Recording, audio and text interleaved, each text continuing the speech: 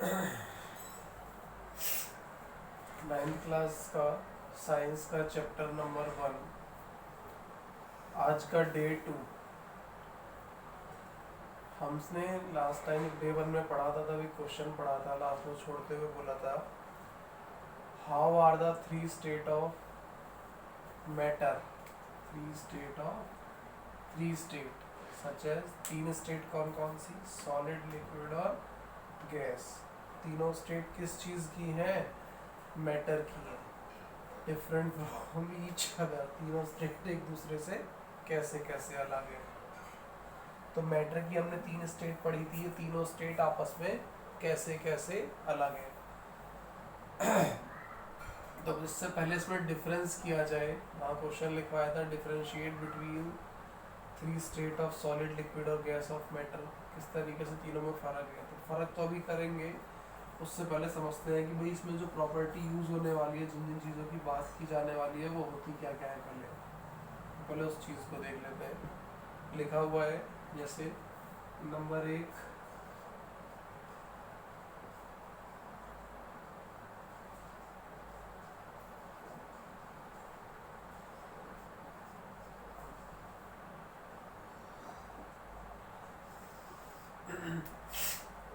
Number 1 पे आता है intermolecular space. Intermolecular space, inter यानी कि बीच में, मॉलिक्यूलर यानी मॉलिक्यूल्स के बीच में, मॉलिक्यूल्स के बीच में कितना स्पेस अवेलेबल है, इस चीज़ को इंटरमॉलिक्यूलर स्पेस बोला जाता है। तो इसका डेफिनेशन क्या लिखा जाएगा, the space between the molecules of species, जो भी स्पीशीज है, सॉलिड, लिक्विड, गैस जिसकी भी बात हो रही है, उसके मॉलिक्यूल्स के बीच में स्पेस कितना है, इंटरमॉलिक्यूलर स्पेस कहलाए। जैसे कि अगर मान लो ये भी कुर्सी का टुकड़ा है, तो इस कुर्सी के टुकड़े क्या होंगे, सारे के सारे आपस में पास पास होंगे, सारे के सारे कुर्सी के टुकड़े आपस में पास पास पाए जाएंगे। तो इनके बीच में स्पेस बहुत कम कम है। एक बहुत जो खाली जगह जो शेड की जा रही है, खाली जगह है, ये बहुत कम कम है इनके बीच में। इस खाली जगह को इंटरमॉलिक्यूलर स्पेस बोला जाता है। जो खाली जगह में दिख रही है, ये क्या है, ये इंटर मॉलिक्यूलर स्पेस है। तो चित्र किसका है, ये सॉलिड का चित्र बनाया गया। कुर्सी का टुकड़ा कैसा होगा, सॉलिड। लेकिन यदि यही चित्र अगर हम पानी के लिए बनाए, तो पानी के मॉलिक्यूल्स कुछ ऐसे ऐसे पड़े होंगे, और उनके बीच में कितना ज़्यादा इंटरमॉलिक्यूलर स्पेस है। ये सारी खाली जगह पड़ी हुई है, इतना शेड है, खाली जगह है। खाली जगह तो यहाँ पर भी थी, लेकिन यहाँ पर क्या है, खाली जगह कम थी, इंटरमॉलिक्यूलर स्पेस कम था। यहाँ इंटरमॉलिक्यूलर स्पेस ज़्यादा है, जितना शेडेड हिस्सा है सारा का सारा क्या हो गया, इंटरमॉलिक्यूलर स्पेस। लेकिन ये किस समय है, इस समय ये लिक्विड के अंदर है। ऐसे ही यदि गैस की बात की जाए, तो गैस के पार्टिकल्स, एक पार्टिकल यहाँ है, एक यहाँ है, एक यहाँ है, एक यहाँ है। तो गैस के पार्टिकल्स के बीच में बहुत सारा स्पेस खाली होता है। गैस के पार्टिकल के बीच में बहुत सारा स्पेस खाली, जिसे इंटरमॉलिक्यूलर स्पेस बोला जाता है। लेकिन यहाँ पर खूब सारा स्पेस है, तो गैस हो गया। तो यानी कि इनका ऑर्डर क्या हुआ, ऑर्डर यानी कि किस सीक्वेंस में ये वेरी कर रहे हैं। तो सॉलिड के अंदर इंटरमॉलिक्यूलर स्पेस सबसे कम होता है, ठीक। तो इसीलिए सबसे कम। लिक्विड में हमने देखा सॉलिड से ज़्यादा होता है, इसीलिए सॉलिड के अंदर इंटरमॉलिक्यूलर स्पेस ज़्यादा, इसलिए लिक्विड ज़्यादा है।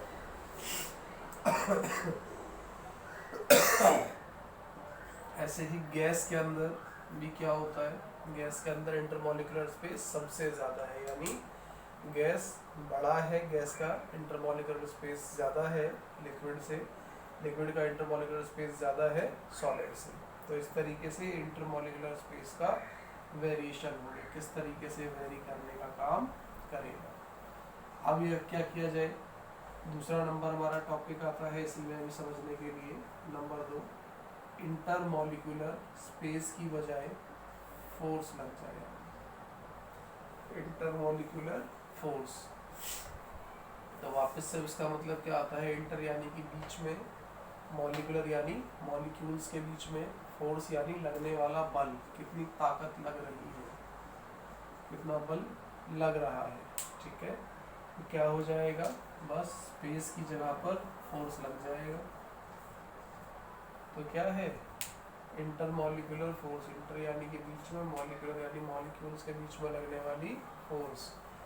तो वो वाली force, the force between the molecules of the species, जो किसी भी स्पीशीज, चाहे वो स्पीशीज सॉलिड हो, लिक्विड हो, गैस हो, कैसी भी स्टेट में हो, उसके मॉलिक्यूल्स के बीच में लगने वाली जो फोर्स होती है वो इंटरमॉलिक्यूलर फोर्स कहलाती। ये सेम चित्र बन जाएंगे वापस से तीनों के तीनों। इंटरमॉलिक्यूलर स्पेस की जगह यहाँ पर अब की बार बस इंटरमॉलिक्यूलर फोर्स आ जाएगा। यहाँ पर देखें तो पार्टिकल्स बहुत पास पास है सारे के सारे, यानी कि इनके बीच में जो अट्रैक्शन है काफ़ी हाई हो रखा है, काफ़ी खिंचाव से जुड़े हुए हैं, ताकत से आपस में जुड़े हुए हैं।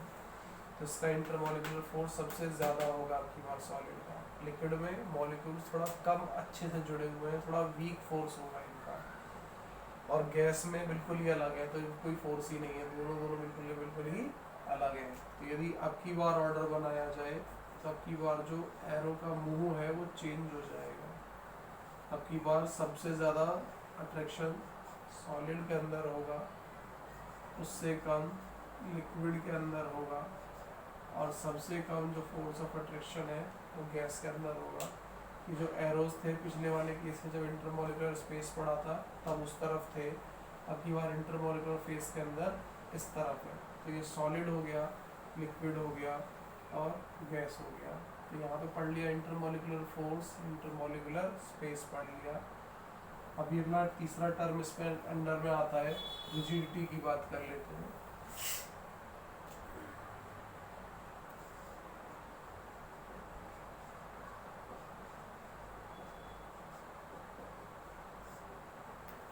रिजिडिटी, रिजिडिटी का मतलब क्या होता है?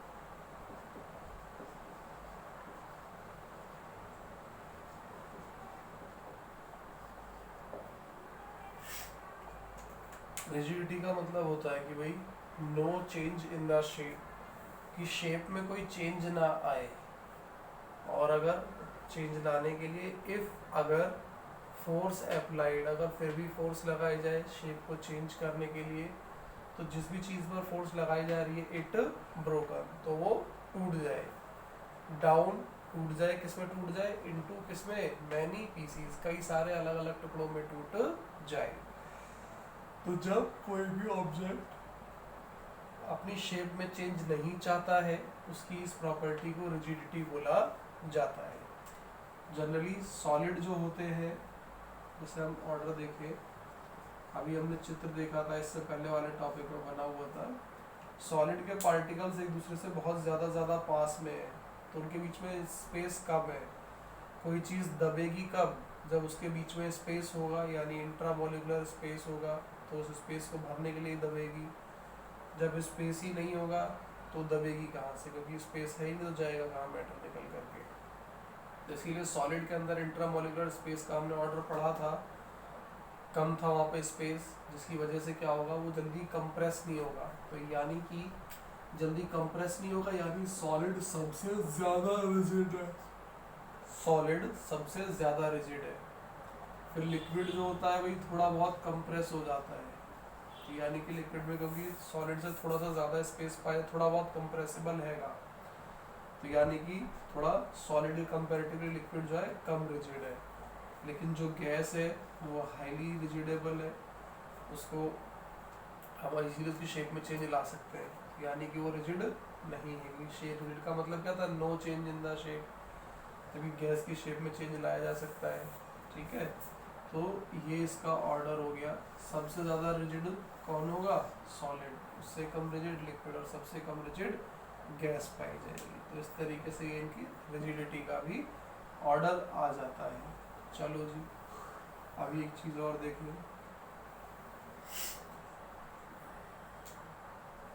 चौथी प्रॉपर्टी आ रही है। अगर हम बात करें शेप की,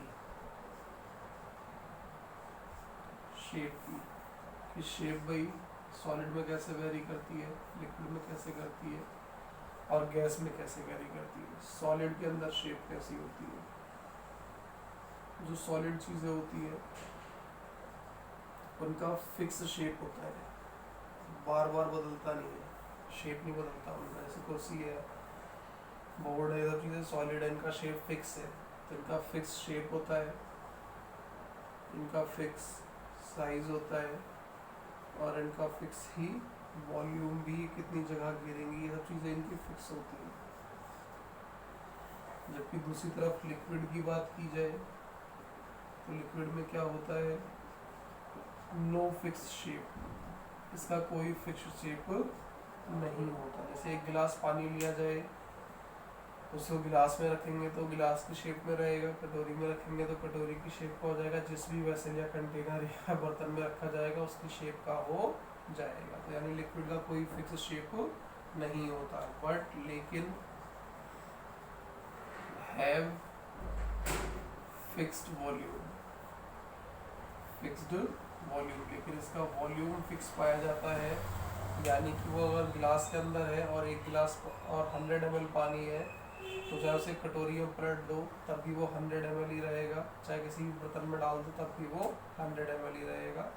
लेकिन जिस बर्तन में डालेंगे शेप उसका ले लेगा। तो वही कह रहे हैं कि इसका शेप तो फिक्स नहीं होता, लेकिन इसका वॉल्यूम जो है वो फिक्स होता है। तो ये सॉलिड हो गया, ये हमारे पास लिक्विड हो गया, और लास्ट हमारे पास आता है गैस। तो गैस के पास दोनों ही चीज़ें नहीं है, नो फिक्स वॉल्यूम, इसका कोई फिक्स वॉल्यूम नहीं है। ज़रा सी गैस भी है, बड़ी जगह में डाली गई तो पूरे में फैल जाएगी। नो फिक्स वॉल्यूम, और ना ही इसका कोई फिक्स साइज है, नो फिक्स साइज, और ना ही इसका कोई फिक्स शेप है, नो फिक्स शेप।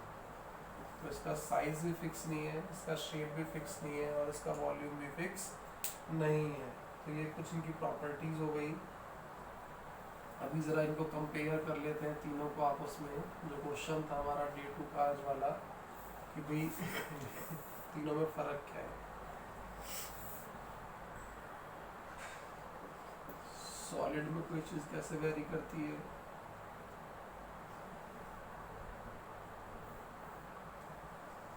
कोई चीज़ सॉलिड में कैसे वेरी करेगी, लिक्विड में कैसे वेरी करेगी, और गैस में कैसे वेरी करेगी।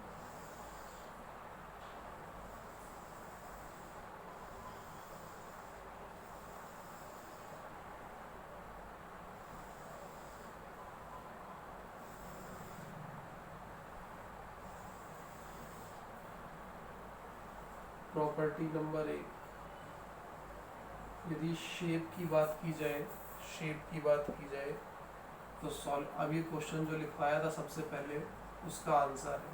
अभी हमने सारी प्रॉपर्टी पढ़ ली, जिन जिन चीज़ों की यहाँ पर ज़रूरत पड़ेगी, जो चीज़ें इस्तेमाल होंगी। अभी इनका आंसर उससे पहले स्टार्टिंग में लिखवाया था, शुरुआत में बिल्कुल, उसका आंसर अब आ रहा है। तो अगर सॉलिड की बात करूँ तो हमने अभी पढ़ा सॉलिड का शेप कैसा होता है, सॉलिड का शेप कैसा होगा, फिक्स। लेकिन लिक्विड का शेप नॉट फिक्स, फिक्स नहीं होता। गैस की बात करूँ तो गैस का भी शेप फिक्स नहीं होता, नॉट फिक्स। इसी प्रकार से दूसरे पे यदि साइज की बात की जाए साइज, तो सॉलिड का साइज फिक्स होता है, लेकिन लिक्विड का साइज भी नॉट फिक्स नहीं होता, और गैस का भी साइज जो है फिक्स नहीं होता। जिस भी कंटेनर में डालो उसका साइज ये एक्वायर कर लेते हैं। शेप हो गया, साइज हो गया, वॉल्यूम की बात कर लेते हैं। जो गैस सॉलिड है इसका वॉल्यूम फिक्स होता है, जितना है उतना ही रहेगा। लिक्विड का भी वॉल्यूम फिक्स होता है, जितना है, अगर 100 ml है तो 100 ml ही रहेगा। गैस का वॉल्यूम नॉट फिक्स, गैस का वॉल्यूम फिक्स नहीं होता। अगर ये ज़रा सी भी है, जैसे बड़े कंटेनर में डाला गया तो उसका स्पेस ऑक्यूपाई कर लेती है। चौथे नंबर पर आते हैं हमने सबसे पहले पढ़ा था टॉपिक अभी, इंटरमॉलिक्यूलर स्पेस कैसा होता है। तो हमने पढ़ा इसके बीच में बहुत कम होता है, कम यानी नेग्लिजिबल,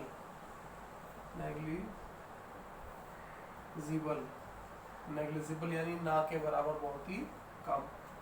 यहाँ पर लिटिल, थोड़ा बहुत होता है, और यहाँ पर इंटरमॉलिक्यूलर स्पेस मैक्सिमम, जितना ज़्यादा से ज़्यादा हो सकता है उतना पाया जाता है। पांचवी प्रॉपर्टी आती है इनकी, इंटर मॉलिक्यूलर फोर्स कितनी होती है। तो हमने देखा था जितने पार्टिकल ज़्यादा थे उसका ऑर्डर पढ़ा था। सॉलिड के अंदर हाई होती है, ठीक है, सॉलिड के अंदर हाई होती है, यहाँ पर लो होती है, और यहाँ पर नेग्लिजिबल, ना के बराबर होती है। ये हो गई हमारी सारी पांचों प्रॉपर्टी। छठे नंबर पे इनके एग्जांपल्स देख लेते हैं, और भी इसके अंदर बहुत सारा ऐसे रिजिडिटी वगैरह भी ऐड की जा सकती है। छठे पे रिजिडिटी देख लेते हैं, सातवें पे एग्जांपल देख लेंगे। रिजिडिटी यानी कि अपनी शेप में कौन चेंज नहीं चाहता, तो सॉलिड की शेप को चेंज करना मुश्किल होता है। जैसे कुर्सी है, इसको तोड़ मोड़ कुछ और बनाना थोड़ा मुश्किल होगा। तो रिजिडिटी इसकी क्या होती है, हाई होती है, यानी हाईली रिजिड होते हैं, अपनी शेप में चेंज नहीं आने देते जल्दी। लिक्विड की रिजिडिटी क्या होती है, लो होती है, और गैस की रिजिडिटी क्या होती है, नेग्लिजिबल, यानी इसे कैसे भी जैसा शेप दे दोगे वैसा शेप भी धारण कर लेंगे, नेग्लिजिबल होती है। सातवें नंबर पे से एग्जाम्पल पे आते हैं। सॉलिड के एग्जाम्पल की बात की जाए तो बहुत सारे एग्जाम्पल हो सकते हैं, चेयर, डेस्क एटसेट्रा इत्यादि, बहुत सारे। लिक्विड की बात की जाए, वाटर, ऑयल एटसेट्रा, और भी बहुत सारे। ऐसे गैस की बात की जाए तो हाइड्रोजन, ऑक्सीजन एटसेट्रा, ऐसे बहुत सारे गैसेस हो जाते हैं। तो हमने कंपैरेटिवली एनालिसिस पढ़ लिया आज कि भाई ये तीनों क्या है, ये तीनों स्टेट ऑफ मैटर है, तीनों के तीनों स्टेट ऑफ मैटर थी। तो इन मैटर की तीनों स्टेट में क्या क्या फ़र्क है ये जान लिया हमने। नेक्स्ट में आगे पढ़ेंगे, फिलहाल के लिए